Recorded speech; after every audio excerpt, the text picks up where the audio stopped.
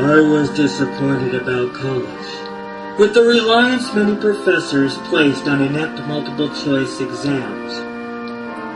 All my classes relied on this method. When multiple-choice exams have defects and are a poor metric to show knowledge, these tests are plainly mathematically skewed. To prove this, I sat in a random class, a lecture I have never attended, nor have I read the sizable textbook. The subject matter was unknown to me. When I received the grade for the exam, I will have received 25% if I filled in the bubbles randomly. I knew not 25% of it. I understood 0% of it.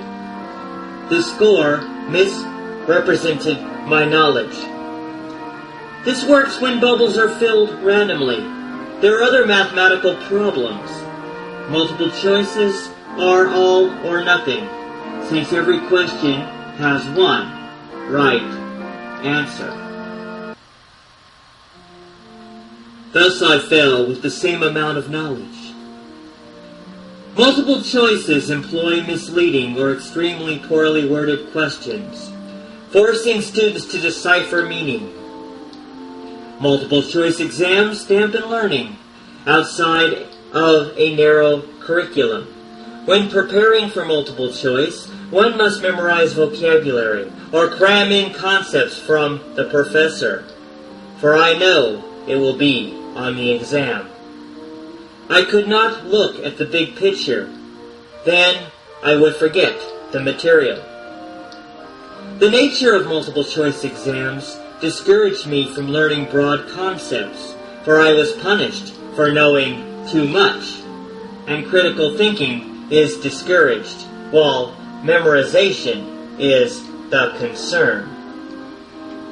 The best answer concept is confusing, for the questions have plausible answers, but the student is forced to choose or guess, while the best answer is a vague concept, because choosing the second best answer still demonstrates concept understanding. Multiple choices is all or nothing, creating frustration for this student. Then all of the above removes choices. Many professors justified exams of multiple choice or its deduction by arguing that they were easier, for they require the college tester to identify the correct answer from a 4 or 5 listing of choices, rather than recall some information.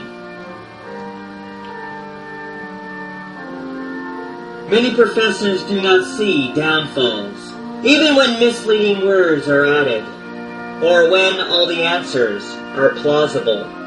Most questions go beyond recognizing, for they can be solved by playing mind games or figuring out the professor's thoughts by recognition rather than recall.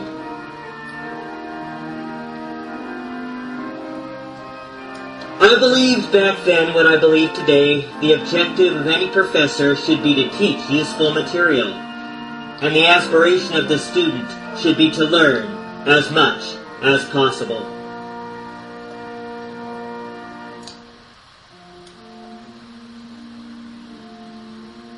One professor gave a sensible test, consisting of 10 short answer essays, and the student was asked to answer 6, giving me a fair opportunity to focus on themes I knew about most.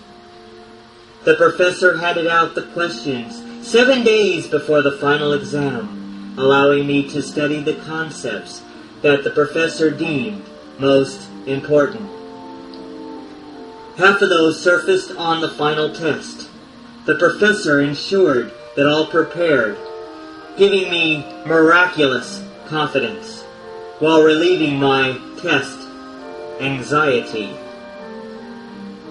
Most professors are still traditional, but colleges should do a better job of making expensive college courses worth the learning time and worth the money. Most of my classes were a waste of time. Perhaps alternatives to traditions would improve the future of test takers.